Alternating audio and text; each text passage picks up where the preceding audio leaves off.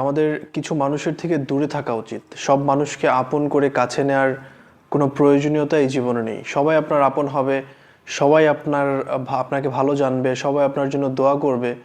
এরকমটা আসলে কখনোই হবে না এবং এটা হতেই পারে না, অসম্ভব একটা কাজ। তো কিছু মানুষের থেকে আমাদের অনেক বেশি দূরত্ব বজায় রাখা উচিত।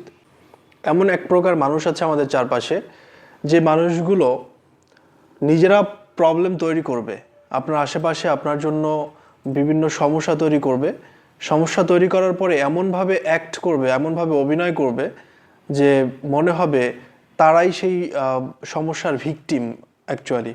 কিন্তু মূলত বিষয়টা ব্যাকএন্ডে দেখলে বোঝা যায় যে তারাই সমস্যাটা তৈরি করেছে এবং তারাই একজন ভিকটিমের মতো আচরণ করছে, অর্থাৎ ভুক্তভোগী তারা এরকমভাবে বিহেভটা করে।